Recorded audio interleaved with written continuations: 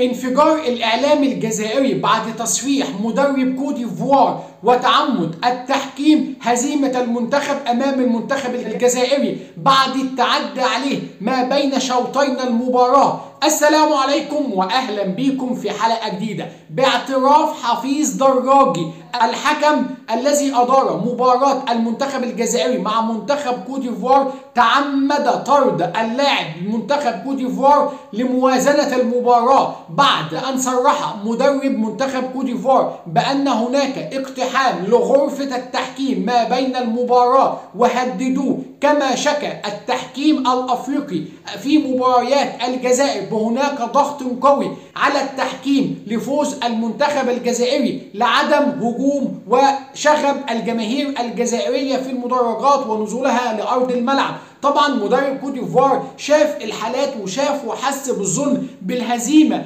المذلة المتعمدة أمام المنتخب الجزائري عندما منع طرد محقق للاعب جزائري آخر بخلاف حارس المرمى وإعطاء طرد مجاني للاعب كوت ديفوار في منتصف الملعب وهو لم يلمس لاعب المنتخب الجزائري، كما أيضا أعطاهم ضربة جزاء وقدم لاعب منتخب الجزائر هي من مدت أمام المنتخب مدافع منتخب، وكارثة بكل المقاييس وشكوى إلى الاتحاد الأفريقي للظلم التحكيمي الذي تعرض له كوت ديفوار. هي دي ماما أفريقيا، هو ده التحكيم الأفريقي خاصة لما يكونوا بيلعبوا على الأراضي الجزائرية. بشكركم شكرا جزيلا، دوس لايك وشير الفيديو ده علشان يعرفوا هما بيفوزوا بإيه وهيشوفوا الكاس العالم للأندية هيتلعب إزاي. بشكركم شكرا جزيلا، ولا عزاء للحاقدين.